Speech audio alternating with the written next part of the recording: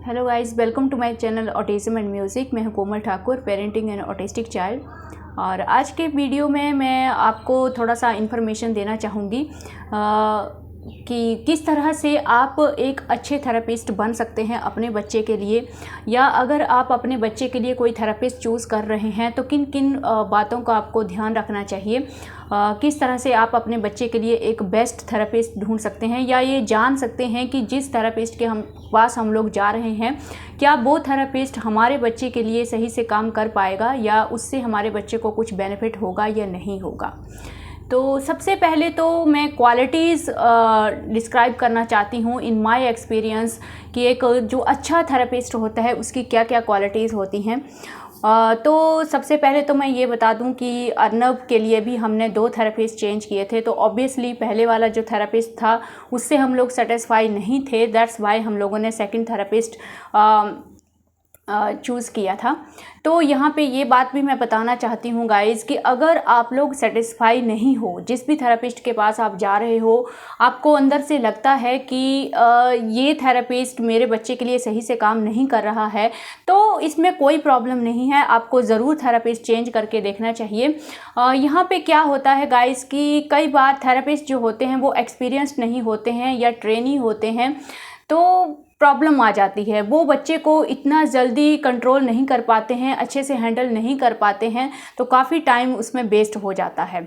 तो सबसे पहली जो क्वालिटी है थेरेपिस्ट के लिए वो यही है कि एक अच्छा थेरेपिस्ट जो होता है वो जल्द से जल्द बच्चे को कंट्रोल कर पाता है, हैंडल कर पाता है, वो ईज़िली बच्चे से एक्टिविटीज़ करवाने में सक्षम होता है। तो ये चीज़ आप पहला पॉइंट नोट करोगे, जो कि मैंने भी नोट किया था, तो तभी मुझे बिलीव हुआ था कि हाँ, अब ये थेरेपिस्ट जो है वो अर्नब के लिए सही थेरेपिस्ट है। तो इसमें क्या था, होता क्या है कि जब अर्नब का असेसमेंट हुआ था तो हॉस्पिटल से ही हम लोगों ने सोचा कि यहाँ से ही हम लोग रिकमेंडेशन लेते हैं कि कौन सा बेस्ट थेरेपी सेंटर है, बिकॉज हम लोगों को कुछ भी नॉलेज नहीं था थेरेपी या किसी भी थेरेपी सेंटर के बारे में। तो हम लोगों को सबसे पहले एक बड़े थेरेपी सेंटर का जो है वो नाम सजेस्ट किया गया, तो ऑब्वियसली हम लोग वहाँ पे गए। तो वहाँ पे अर्नब का आई थिंक 1 मंथ से 2 मंथ तक हम लोगों ने थेरेपी सेशन लिए थे। तो मेरे हस्बैंड उस टाइम नहीं जाते थे, तो मैं अकेले ही जाती थी। तो कुछ दिन के बाद मुझे ऐसा लगा कि ये थेरेपिस्ट जो है वो अर्नब के लिए सही नहीं है, बिकॉज प्रॉब्लम ये था कि वहाँ पे जो मेन थेरेपिस्ट था जिसका नाम हम लोगों को बताया गया था वो तो वहाँ से गायब था। प्रॉब्लम ये थी कि उस थेरेपी सेंटर के जगह जगह पे सेंटर थे और उस थेरेपी सेंटर को एक मेन थेरेपिस्ट के नाम से मतलब आपको सजेस्ट किया जाता था। तो वो थेरेपिस्ट हम लोगों को कभी भी वहाँ पे नहीं दिखा, ओनली वहाँ पे ट्रेनीज़ होते थे। तो स्टिल हम लोगों ने सोचा ठीक है, ट्रेनीज़ ही हैं तो मे बी ये भी एक्सपीरियंस्ड होंगे, बट 2 मंथ तक वो लोग अर्नब को टैकल करने में, हैंडल करने में पूरी तरह से फेल हुए थे गाइस। अर्नब जितने भी सेशन अर्नब ने वहाँ पे लिए वो एवरी टाइम वहाँ पे रोता ही रहता था, और वो मुझे नहीं लगता कि उनके साथ उसने कभी भी एक भी एक्टिविटी ट्राई की। तो वो उसको हैंडल करने में कभी भी सक्षम ही नहीं हुए। और ये देख के एक तो खुद का ही आपको स्ट्रेस होने लगता है कि मेरा बच्चा, हम लोग खुद को ब्लेम करने लग जाते हैं। कई बार हम लोग सोचते हैं कि शायद मेरा बच्चा कुछ भी नहीं कर सकता है, दैट्स वाई इतना ज़्यादा प्रॉब्लम आता है। लेकिन ऐसा नहीं है गाइज। एक थेरेपिस्ट जो होता है उसको ऑटिज्म का पूरा नॉलेज होता है, उसके पास वो आर्ट होती है, वो बच्चे को हैंडल कर सकता है जो हम नहीं कर सकते हैं। इसीलिए तो हम लोग स्टार्टिंग में थेरेपिस्ट के पास जाते हैं। तो ये आपको क्वालिटी ढूंढनी है। अगर आपको ऐसा लग रहा है कि वो लोग काफ़ी 3 से 4 सेशन में भी वो बच्चे को हैंडल नहीं कर पा रहे हैं, तो आप थेरेपिस्ट को चेंज कर दीजिए। तो फिर हम लोग हॉस्पिटल गए, वहाँ से हम लोगों ने दूसरे थेरेपिस्ट का हम लोगों को सजेशन दिया गया। हम लोगों ने बोला कि हम लोग सेटिस्फाइड नहीं हैं, तो ऐसा ऐसा प्रॉब्लम हो रहा है। तो फिर उन्होंने हमारे घर के पास ही, कॉलोनी के पास ही एक अच्छा थेरेपिस्ट था। हालांकि वो थेरेपी सेंटर पहले वाले थेरेपी सेंटर के मुकाबले बहुत छोटा था, लेकिन वहाँ पे जो मैम थी वो एक्सपीरियंस्ड थी और वहाँ पे भी ट्रेनी थे, लेकिन हमेशा मैम जो है वो कुछ दिन तक खुद बच्चे को हैंडल करती थी। और रोटेशन में, मतलब यहाँ पे ये नहीं था वो रोटेशन में जो भी बच्चा उनके पास आता था, मैंने देखा वहाँ पे जो भी बच्चा आता था तो उसमें कई बार मैम खुद उसका सेशन लेती थी, कई बार ट्रेनी सेशन लेते थे। और बहुत ही अच्छी बात थी कि एक ही रूम में ट्रेनीज भी होते थे और मैम भी होती थी, तो वो ऑब्जर्व करती रहती थी। जब कभी भी ट्रेनी को कोई प्रॉब्लम आ रहा है बच्चे को हैंडल करने में तो वो हेल्प करती थी। तो वहाँ पे बहुत ही अच्छा सेटिस्फैक्शन मुझे हुआ। आज अर्नब के थेरेपिस्ट के बारे में भी मैं आपको थोड़ा सा नॉलेज दूंगी। बहुत ही अच्छा लगा मुझे वहाँ पे जाके, बिकॉज़ मुझे याद ही नहीं है कि मुझे ये याद है कि जस्ट फर्स्ट ही सेशन में वो अर्नब को हैंडल करने में कामयाब हो गई थी। तो बहुत ही ज़्यादा रिलीफ था। एक तरफ मैं बहुत ज़्यादा डिसअपॉइंट हो चुकी थी पहले वाले थेरेपिस्ट से, खुद के ऊपर भी डाउट हो रहा था कि शायद अर्नब में ही इतना ज़्यादा प्रॉब्लम है कि वो कुछ करना ही नहीं चाहता था, लेकिन मैं गलत सोच रही थी। थेरेपिस्ट जो दूसरे थेरेपिस्ट हमारी थी उनका नाम है सुनीता सुभाष, और जो लोग मेरे एरिया में आते हैं अणुशक्ति नगर में मुंबई में, तो उनका जो फ़ोन नंबर है मैं डिस्क्रिप्शन बॉक्स में प्रोवाइड कर दूंगी। अगर आप लोग चाहते हैं तो आप लोग कांटेक्ट कर सकते हैं। तो सबसे पहली क्वालिटी यही थी गाइस कि वो अर्नब को हैंडल कर पा रही थी। और वहाँ पे बहुत ही अच्छी बात ये थी कि अर्नब किसी एक थेरेपिस्ट के पास एक्टिविटीज़ नहीं करता था। उसका ओटी कभी मैम के पास होता था, कभी दूसरे कभी तीसरे थेरेपिस्ट के पास, और वो सब थेरेपिस्ट के साथ कोऑपरेट कर रहा था। तो ये पॉजिटिव पॉइंट है। तो अगर आपको ऐसा थेरेपिस्ट मिलता है, भले ही थेरेपी सेंटर छोटे हों, तो कोई आप ऐसा थेरेपिस्ट ढूंढें जो एक्सपीरियंस्ड हो, और आपको फर्स्ट मीटिंग में ही, फर्स्ट सेशन में ही आपको वो फ़र्क दिखने लग जाएगा। आपको थोड़ा सा वो सेटिस्फैक्शन आएगी, आप समझ जाओगे कि यही मेरे बच्चे के लिए बेस्ट थेरेपिस्ट है। तो अब यहाँ पे ये भी बात है कि अगर आप लोगों के पास थेरेपिस्ट का ऑप्शन है, थेरेपी अवेलेबल है, फाइनेंशियली आप स्टेबल हो, तो मैं सबसे पहली प्रायोरिटी एक प्रोफेशनल थेरेपिस्ट को ही दूंगी कि वहीं पे सबसे पहले आप ट्राई करें एटलीस्ट 1 ईयर तक। प्रॉब्लम ये होता है कि जब ऑटिज़म का डायग्नोसिस होता है 2 या 3 ईयर्स में गाइस, तो हम लोग इतने ज़्यादा स्ट्रेस में भी होते हैं और हम लोग बहुत जल्दी ऑटिज़म को समझ नहीं पाते हैं।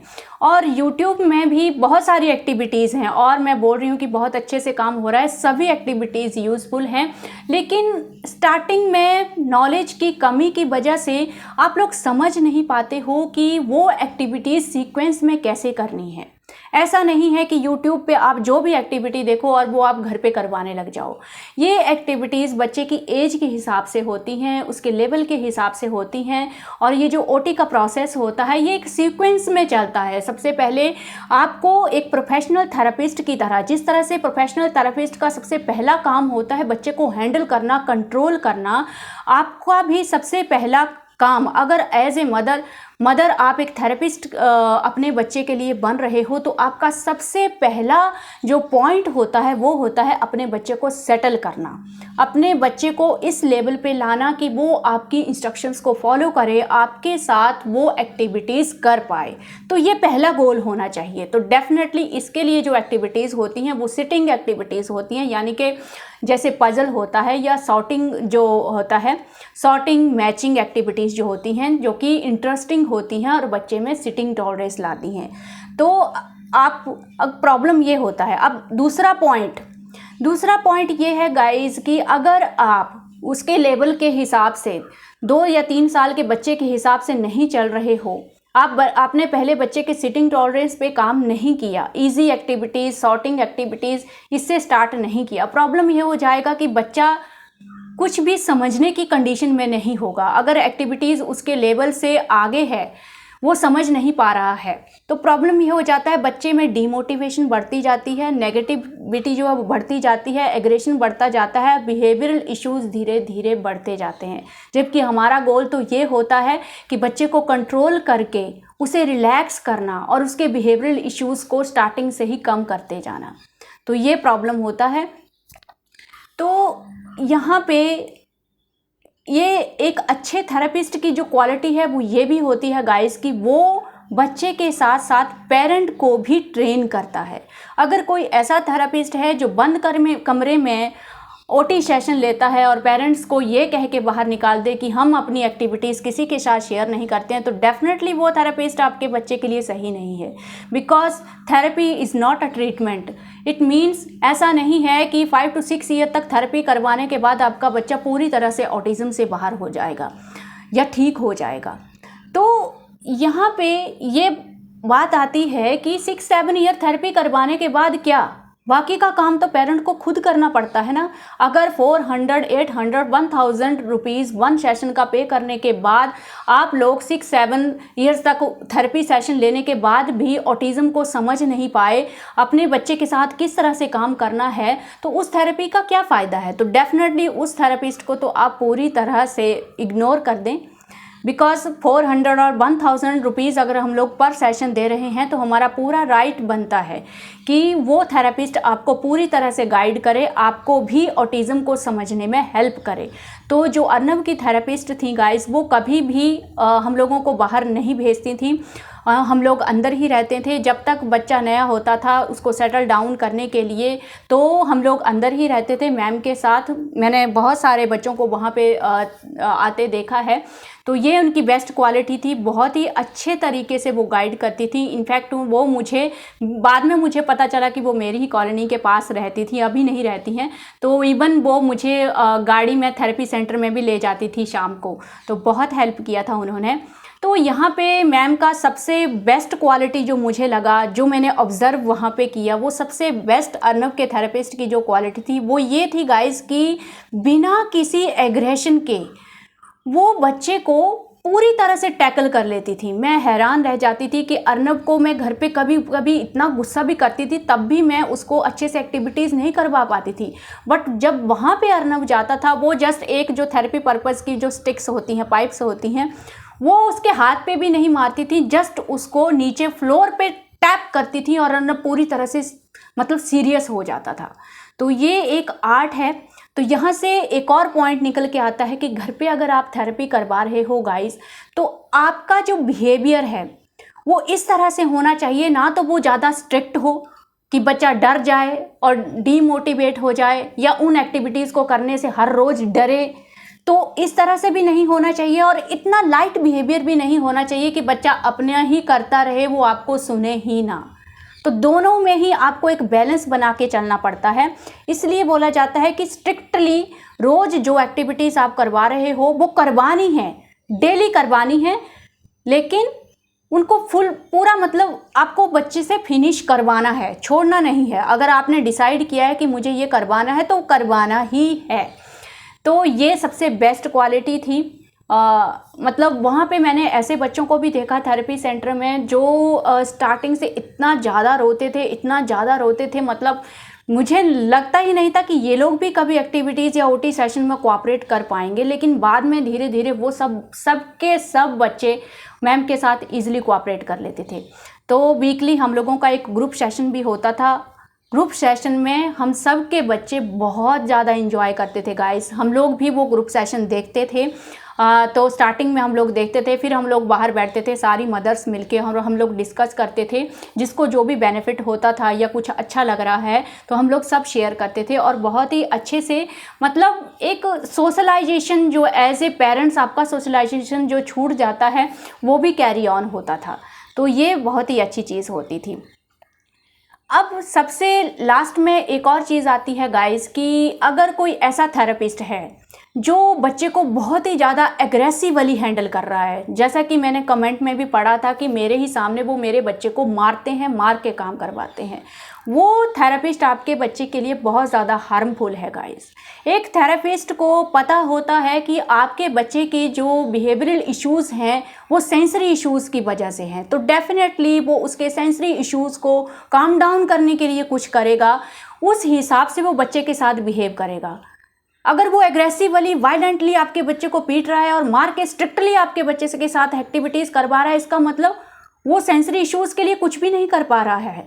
तो ये बात समझने की ज़रूरत है। अगर ऐसा फील हो रहा है तो डेफिनेटली उस थेरेपिस्ट के पास आपको नहीं जाना चाहिए। इससे क्या होगा, बच्चे के दिलो दिमाग में वो एक शौक बैठ जाता है, एक नेगेटिविटी भर जाती है, बच्चा उस सेशन को करने से डरेगा। तो ऑब्वियसली घर पे भी जब आप सेम एक्टिविटीज़ उससे करवाने की ट्राई करेंगे तो बच्चे के दिमाग में हमेशा वो एग्रेसिव वायलेंट बिहेवियर घूमता रहता है, जिसके लिए वो हमेशा रोते रहेगा, आपको भी कोऑपरेट नहीं करेगा। तो इन शॉर्ट अगर मैं एक अच्छे थेरेपिस्ट की क्वालिटीज़ बताऊं और एक बैड थेरेपिस्ट का मैं आपको बताऊं पॉइंट, तो यही है कि पहला, ये जो थेरेपिस्ट है उसमें सबसे पहला पॉइंट आप देखोगे कि वो बहुत जल्दी बच्चे को टैकल करने में कामयाब हो जाते हैं। इसका मतलब वो थेरेपिस्ट एक्सपीरियंस्ड है, उसको अच्छा खासा नॉलेज है ऑटिज्म के बारे में, उसके अंदर वो आर्ट है कि वो एक ऑटिस्टिक बच्चे को हैंडल कर सकता है। नंबर 2, एक अच्छा थेरेपिस्ट ना कि ओनली सिर्फ चाइल्ड को ट्रेन करता है, वो चाइल्ड के साथ साथ पेरेंट को भी गाइड करता है, पेरेंट को भी ट्रेन करता है, ना कि बंद कमरे में बिठा के ओनली बच्चे के साथ काम करता है। ये वाला जो कमेंट मैंने पढ़ा था गाइस कि बंद कमरे में जो थेरेपी होती है, ये बच्चे तो बाहर आके कुछ बोल भी नहीं पाते हैं। हम लोगों को कैसे पता चलेगा कि हमारे बच्चों के साथ अंदर ओटी सेशन हो रहा है या क्या हो रहा है? तो ये चीज़ तो बिल्कुल भी एक्सेप्ट नहीं करनी चाहिए अगर ऐसा कोई थेरेपिस्ट है। एंड नंबर 3, हमेशा जो आपका थेरेपिस्ट होगा वो बच्चे के सेंसरी इश्यूज़ को समझकर उसके साथ काम करेगा, ना कि उससे मतलब एक जानवर की तरह, जिससे आप जानवर को क्या करते हो, आप अगर आप एक जानवर को ट्रेन कर रहे हो तो क्या करते हो, उसको तकलीफ देते हो, बार बार मारते हो, तब उसके दिमाग में वो चीज़ चली जाती है कि नहीं ये टाइम पे मुझे ये करना है, ये करना है, ये करना है। तो ये बच्चे जानवर तो नहीं है ना। हम लोगों को सिर्फ इनसे काम नहीं करवाना है, हम लोगों को इनके अंदर एक इंटरेस्ट जगाना होता है, जो बाहरी लाइफ है, जो इनकी एक लॉस्टिंग है, जो अपनी दुनिया में जिसमें वो रहना चाहते हैं उससे बाहर निकालना होता है। तो ये सब चीज़ बहुत ही पेशेंस और प्यार के साथ होनी चाहिए और डिसिप्लिन के साथ होनी चाहिए, ना कि डिसिप्लिन के नाम पर कोई भी थेरेपिस्ट या पेरेंट इन बच्चों के साथ एक एग्रेसिव बिहेवियर के साथ काम करे। आप लोग घर पे देखोगे अब कुछ पॉइंट, अगर आप एज ए मदर थेरेपिस्ट बन रहे हो अपने बच्चे के घर में, जो कि ऑब्वियसली है, इंडिया में बहुत सारे जगह पे थेरेपिस्ट अवेलेबल नहीं है, कुछ लोगों की मजबूरी है कि उन लोगों को सोशल मीडिया से देख के ही ओटी करवानी पड़ती है, जो कि अगेन एक बेस्ट ऑप्शन है। मैं नहीं बोलूँगी कि मतलब घर पे जो थेरेपी है वो उसमें कुछ भी गलत है, पर उसमें प्रॉब्लम ये आ जाता है गाइस, अभी भी मेरी फर्स्ट प्रायोरिटी प्रोफेशनल थेरेपिस्ट ही है। मैं यही रेकमेंड करूँगी कि 1 ईयर तक आप तब तक एक प्रोफेशनल थेरेपिस्ट से सेशन लीजिए जब तक आप खुद अपने बच्चे को हैंडल करने में कामयाब नहीं हो जाते हैं। तो अगर आपके पास ऑप्शन नहीं है, घर पे आप करवा रहे हो, तो सबसे पहला काम आपका भी यही है गाइस। ऐसा नहीं है कि ऑटिज्म डायग्नोस हुआ, फटाफट यूट्यूब निकाला और यूट्यूब से देख के आपने एक्टिविटीज़ करवाना शुरू कर दिया। नो, ये सब एक्टिविटीज़ एक सीक्वेंस में करवाई जाती हैं। अब कंपैरिजन देखते हैं, जब आप एक प्रोफेशनल थेरेपिस्ट के पास जाते हैं तो थेरेपिस्ट एक असेसमेंट करता है आपके बच्चे की, पर्टिकुलरली आपके बच्चे में जो सेंसरी इश्यूज़ हैं, जो बिहेवियरल इश्यूज़ हैं, उसके अकॉर्डिंगली वो अपना सेशन रेडी करता है ओटी का। सेम चीज़ आपको करनी होती है। अब यहाँ पे कुछ लोग जो पढ़े लिखे हैं वो तो काफ़ी नॉलेज गेट करके फिर भी आइडिया लगा लेते हैं, लेकिन बहुत सारे पेरेंट्स ऐसे हैं जो इतने एजुकेटेड नहीं हैं। तो उनके लिए ये मेन पॉइंट है गाइस, सबसे पहले इस सीक्वेंस को समझिए। यहाँ पे सबसे पहला पॉइंट होता है अपने बच्चे को हैंडल करना, अपने बच्चे में इंटरेस्ट जगाना एक्टिविटीज़ को करने के लिए। तो सबसे पहला काम यही है कि सॉर्टिंग और मैचिंग एक्टिविटीज़ से स्टार्ट कीजिए, जिसमें कि बीड्स लगाना या थ्रेड बोर्ड जो होता है, या जो हम लोग सॉर्टिंग करते हैं ऑब्जेक्ट की, जिसमें कुछ भी आप ग्रेन्स ले सकते हो, जैसे चना है, राजमा है या बारीक दाल जो होती है, वहाँ से हम लोग स्टार्टिंग करते हैं। और जब बच्चा वो एक्टिविटीज़ करने में कामयाब हो जाता है, मतलब पूरे ध्यान, इंटरेस्ट और पूरे मज़े के साथ जब वो एक्टिविटीज़ बच्चा करने में कामयाब हो जाता है, उसके बाद आपको नेक्स्ट लेवल पे जाना होता है। मीन्स उसकी जो लॉजिकल थिंकिंग है उसके ऊपर आपको वर्क करना होता है, उसकी जो लैंग्वेज है उसके ऊपर आपको वर्क करना होता है। ना कि आप पहले ही टाइम पे फटाफट बुक निकाल के बैठ गए और फटाफट उनको आइडेंटिफिकेशन सिखाने लग गए। अब बच्चे का ना आई कांटेक्ट है, ना बच्चे का सिटिंग टॉलरेंस है, ना बच्चे के अंदर पेशेंस है, और अब आपको भी गुस्सा आ रहा है कि क्यों वो कार्ड की तरफ नहीं देख रहा है, क्यों वो नहीं सीख रहा है। आपका एग्रेशन भी बढ़ रहा है, वो भी रिएक्ट होके बच्चे पे जा रहा है। तो क्या होगा, बच्चे के लेवल से वो चीज़ बाहर है, वो नहीं समझ सकता कि आप क्या करवाना चाह रहे हो और ये क्या हो रहा है। तो ये सब चीज़ें ध्यान में रखना ज़रूरी है। फिर क्या होता है, एक साल निकल गया, दूसरा साल निकल गया, बच्चा हैंडल नहीं हो रहा है और आप लोग फिर कमेंट करते हो कि अभी तक बच्चे में कोई इंटरेस्ट नहीं आ रहा है। इट मीन्स आप कहीं ना कहीं फेल हो रहे हो अपने बच्चे को जो बॉन्डिंग है, जो इंटरेस्ट है उसको बढ़ाने में। तो प्लीज़ ऐसा ना करें। थोड़ा सा यहाँ पे आपको बहुत ही स्टार्टिंग में बहुत ही सीरियसली आपको ये चीज़ों पे ध्यान देना पड़ता है कि जो मैं एक्टिविटीज़ करवा रही हूँ वो मेरे बच्चे के लेवल के हिसाब से है या नहीं, या मेरा बच्चा उस चीज़ को कर पाएगा या नहीं कर पाएगा। और ये भी ध्यान रखना है कि क्या बच्चा ज़्यादा पैनिक कर रहा है उस चीज़ को सीखने में, तो इट मीन्स थोड़ा सा आप उस चीज़ को ब्रेक दीजिए। तो इस तरह से होता ये था कि जब भी जो भी मैं घर पे, जैसे ही अर्नब को वो चीज़ों में मज़ा आता था, बिकॉज अर्नब का जो ओटी सेशन एक्टिविटीज़ है वो मैंने शेयर किया है एंड स्टिल मैंने मैम से नहीं पूछा था, और अगेन मैं उनसे सॉरी मांगती हूँ उस चीज़ के लिए, बिकॉज लॉकडाउन में बहुत सारे लोग रिक्वेस्ट कर रहे थे ओटी सेशन एक्टिविटीज़ के लिए, तो दैट्स वाई मैंने डाला था। तो still I am sorry ma'am. And तो वहाँ पे आप देखोगे कि मैम ने उन सारी एक्टिविटीज़ को किस तरह से अरेंज किया है। बहुत सारे लोग मुझसे उस वीडियो पे ये क्वेश्चन पूछते हैं कि क्या ये सारी एक्टिविटीज़ सीक्वेंस में करवाना ज़रूरी है। तो मैं बोलती हूँ यस, अगर आप सीक्वेंस में करवाओगे तो बच्चे के ऊपर लोड नहीं आएगा, बच्चा बहुत मज़े के साथ उन सारी एक्टिविटीज़ को इंटरेस्ट के साथ करेगा। प्लस उसमें कुछ एक्टिविटीज़ जो हैं वो इंक्लूडेड नहीं हैं, लाइक विजुअल या कुछ भी आप देख सकते हो, क्योंकि वो सेशन जो है वो अर्नब के सेंसरी इश्यूज़ के हिसाब से प्रिपेयर किया गया था, तो वो बातें भी आपको ध्यान में रखनी है। तो उसमें पर्टिकुलरली जो आपके बच्चे में सेंसरी इश्यूज़ हैं वो एक्टिविटीज़ उसमें आप इंक्लूड कर सकते हो। तो घर में आके अर्नब ईज़िली उस चीज़ को इंजॉय करने लगा। ये मेरा फर्स्ट जर्नी की जो मेरी स्टार्टिंग है वो यहाँ से हुई कि अर्नब अगर थेरेपी सेशन में एडजस्ट हो गया, वो घर पे आके, वहाँ पे तो ऑलरेडी 3 थेरेपिस्ट के साथ वो काम कर रहा था, तो ईज़िली घर पे आके उसने मुझे कोऑपरेट करना स्टार्ट कर दिया, और उसका सिटिंग टॉलरेंस मैं बोलूँगी कि स्टार्टिंग से ही बहुत अच्छा हो गया। मुझे याद नहीं है कि उसको सिटिंग टॉलरेंस का प्रॉब्लम आया था या नहीं आया था। वो सेकंड थेरेपिस्ट के पास जब हम लोगों ने स्टार्ट किया तो वो जो सिटिंग टॉलरेंस है वो हमेशा बढ़ते ही गया, और आज अर्नब को आप 2 आवर भी बिठा के रखोगे तो वो नॉर्मली आराम से बैठ जाता है उन चीज़ों के लिए। तो यहाँ पे घर पे अगर आप थेरेपी करवाते हो तो सीक्वेंस में चलिए। सबसे पहले आपको सॉर्टिंग मैचिंग एक्टिविटीज़ करवानी है, देन नेक्स्ट अगर ये चीज़ कामयाब हो जाते हो उसके बाद इसी के ऊपर कंटिन्यू नहीं करना है। होता क्या है, फिर फिक्सेशन स्टार्ट हो जाती है, बच्चा बार बार उसी चीज़ को करना चाहता है, उसी चीज़ को करना चाहता है। फिर धीरे धीरे उस चीज़ को हम लोग छुड़ाएंगे कैसे, मतलब तो क्या करेंगे, थोड़ी देर के लिए हम लोग सॉर्टिंग देंगे, सॉर्टिंग उसने कर लिया, उसका इंटरेस्ट आ गया, उसको थोड़ा सा मतलब सिटिंग उसका आ गया।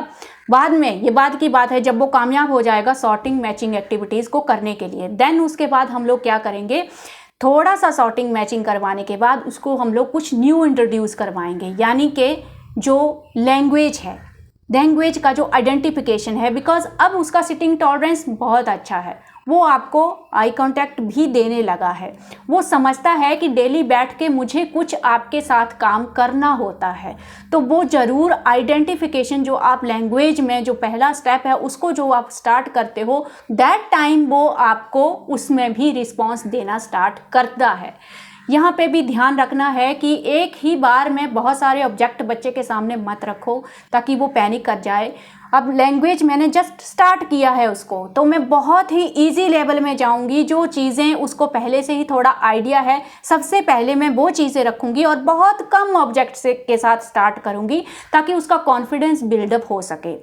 तो इस तरह से आपको लैंग्वेज के स्टेप्स पे जाना है। लैंग्वेज स्टेप्स बाय स्टेप कैसे चलना है, वोकैबलरी से फ्रेज स्पीच में, फिर क्वेश्चन आंसरिंग पे कैसे जाना है, लॉजिकल थिंकिंग पे कैसे जाना है, इसका वीडियो चैनल पे मैंने अपलोड किया है, आप लोग देख सकते हो। तो धीरे धीरे अब ये जो एक्टिविटीज़ होती हैं घर में गाइस, यहाँ पे तो जो सिटिंग एक्टिविटीज़ हैं जो घर पे आप लोग करवाते हो वो तो आपको डेली करवानी ही होती हैं। फिर आपका एक मेन जो पॉइंट होता है वो है बिहेवियर के ऊपर वर्क करना, जो कि घर पे पॉसिबल नहीं होता है।